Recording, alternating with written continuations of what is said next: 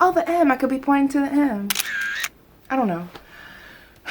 I was like pretending like I was taking a picture. I feel like I am Genie. Like that. Is it I am Genie? Hey Cakenistas, it's Marisha. It felt like yesterday that we were doing Valentine's Day videos where I did the teddy bear cake pops, the romantic cupcakes. The years are going by really fast. It's almost like the Twilight Zone.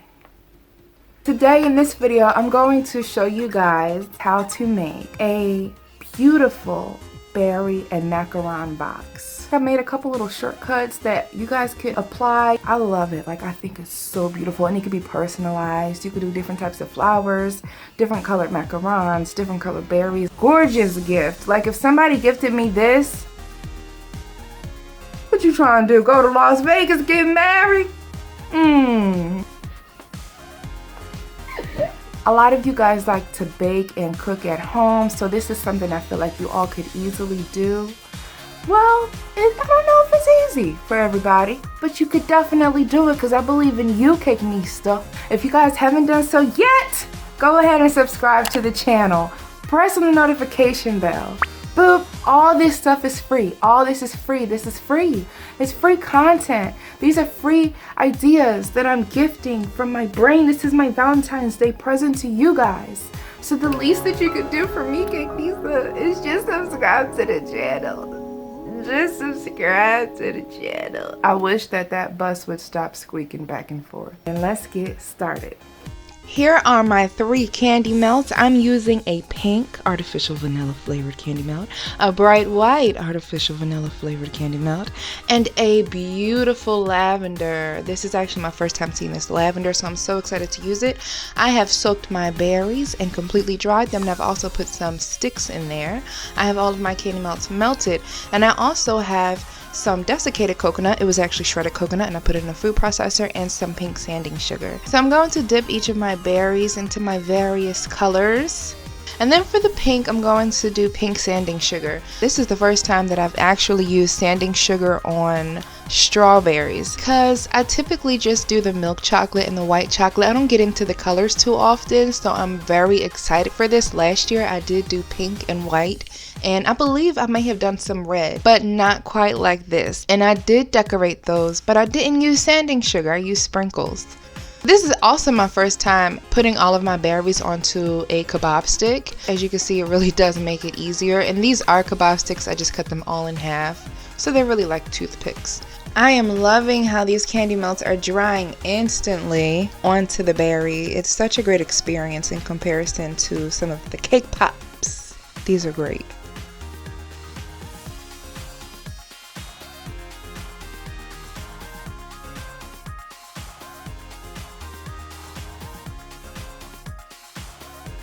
What I always look forward to for Valentine's Day is the gift from my mom. She would come home from work and she would always gift me and my sister a Valentine's Day box, a candy box. You know, I was like, oh my goodness. It was just so special. I gotta do something special for her. I just don't know what, because we're all keto. It may just be like a really pretty keto snack box, to be honest with you. Now I'm going in for the white. And when dipping berries, you want to make sure that they are completely dry so that none of that water from the berries seizes up the chocolate, because it definitely can happen with candy melts as well. And I like to pull the leaves back and try to get as much of that berry dipped as I possibly can. It looks so gorgeous when you really can't see any red from the berry left over. This is that beautiful lavender, and it looks so rich. It looks exactly like what I hoped it would look like. It's absolutely gorgeous. This is probably the prettiest shade of lavender. It's almost like a magenta color.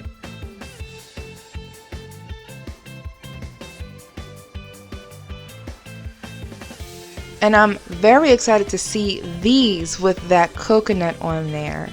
I thought that would be a nice contrast with the white and the lavender. So while they're still wet, I'm going to sprinkle some of my coconut on there. Later on, I dipped the berries into the coconut, and I couldn't decide which I liked more. I really liked the light-handed sprinkle, but then the dipped was also really beautiful. It looked like a strawberry covered in snow. It was gorgeous, especially for the winter when it's really 57 degrees. It's 57 degrees right now and it's nighttime. Just thought I'd throw that in there. Look, I'm trying to take up the last little bit of coconut. Look what I got made, you guys.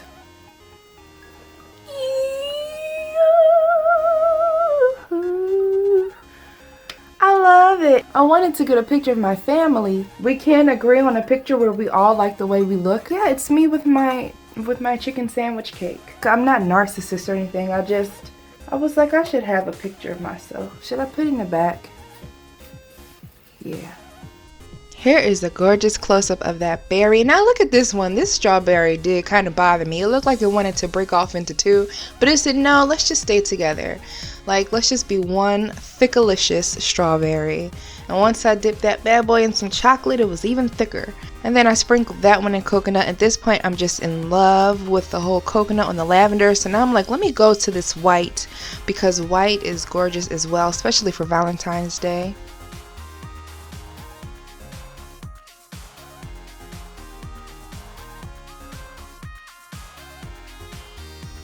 Don't you hate when that happens? Does that happen to anyone where the berry or whatever, even a cake pop, will just fall right off of the stick into the chocolate and you're like, seriously?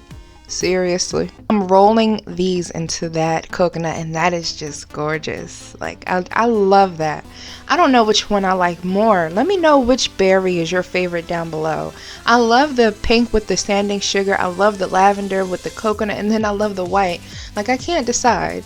They are a great combination. So I did do a macaron 101 video where I totally broke down the ins and outs to your macarons and how to make them perfectly each time. It's a very simple recipe.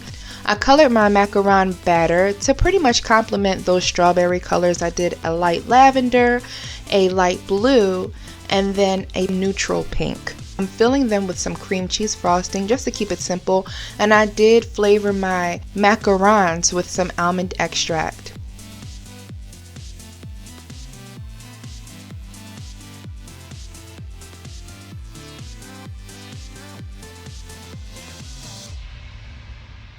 Now we're going to build our box. I have an actual cupcake box that I've had for many years, just trying to figure out what to do with it. And I'm going to start off by putting 2 of those big air pockets that you get when you order something from online and you get that packaging. And this is really going to help the box look full, and it's also going to support our berries and our macarons. And you'll see what I mean in a little bit. But then I'm going to cover that with my favorite color, blue paper.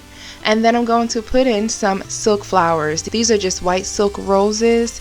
You can order them from online. You can find them at craft store. You could get them in various colors. It's completely up to you. And I'm going to tuck them in, and they're tucking in perfectly between the bubble fillers underneath and that paper. So once I do that, I'm going to add in my macarons and make sure that they are nice and secure and safe so that they don't crack or break or anything like that. And they're kind of tucked away in the corner. And then I'm going to use that extra space to load up my berries. Now, fresh flowers are the best, especially when it comes to sanitation. You don't know what kind of dust. So I would definitely recommend swishing them in some soapy water, letting them air dry, or even spraying them in alcohol and letting them air dry like that. You can never be too safe.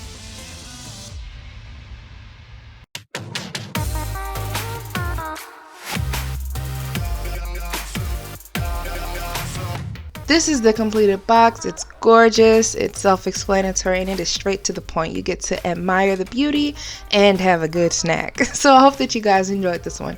Couture in a berry macaron box. Bye guys.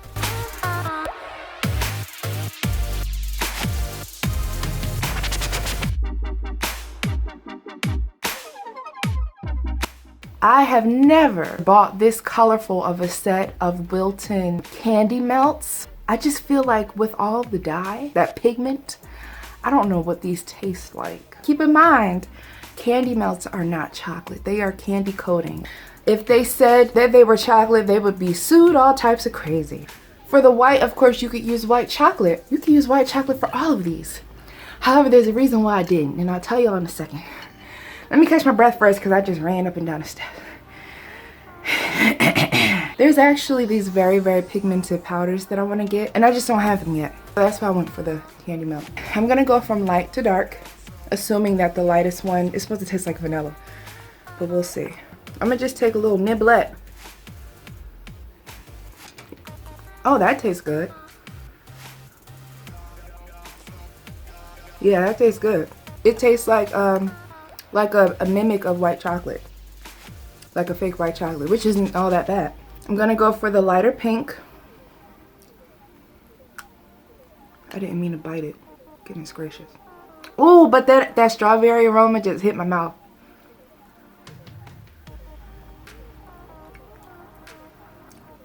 So now this one is getting into that slight dye taste. You ever have like a store-bought cake and you eat those flowers and the balloons and they are so pigmented, they just taste different. They taste kind of like, that's what these taste like. But it's still like edible. All right, now these though. I know this right here is about to be something crazy.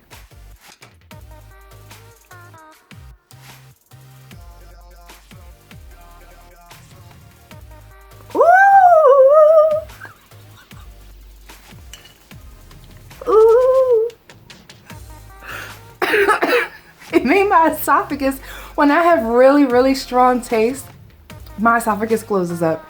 That's happened to me since I was little. Take it back. Why would they do that? That tastes horrible.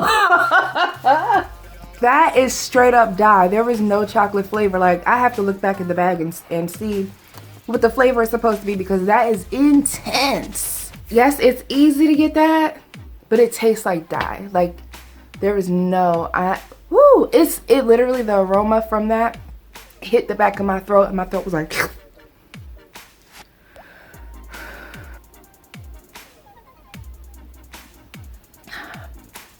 yes. I actually got those 3 bags on sale at my local craft store. $6 for the 3 bags. I could find some white chocolate that's gonna be about that amount also. So pigment your own white chocolates. But you know what? I don't know, there may be somebody out there who just doesn't mind. You know, who just is like, whatever. The Cakeynista comment of the day is going to go to the Strength Compound on my knitted sweater cake.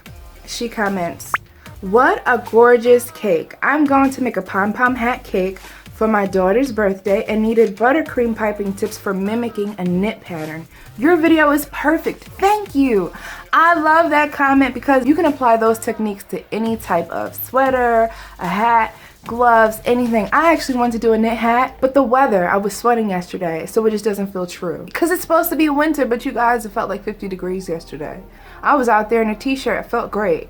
It was horrible. I hope that you guys enjoyed this video. Comment down below, say hello.